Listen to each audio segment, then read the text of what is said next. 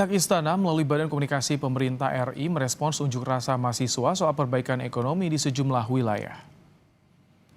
Bakom RI menegaskan langkah yang dilakukan Presiden Prabowo Subianto sejak awal masa pemerintahannya justru berfokus pada penghentian pemborosan anggaran dan peningkatan efisiensi belanja negara.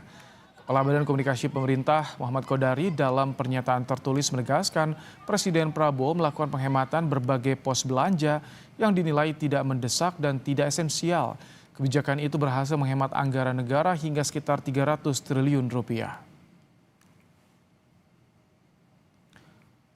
Menurut Kodari mengenai tuntutan pertama, misalnya terkait pemborosan APBN yang dilakukan oleh Pak Prabowo justru selama ini adalah menghentikan pemborosan di berbagai sektor. Jadi kalau soal kebocoran, Bapak Presiden adalah Panglima paling depan. Panglima dalam melawan kebocoran. Karena itu, beliau harus didukung oleh teman-teman mahasiswa.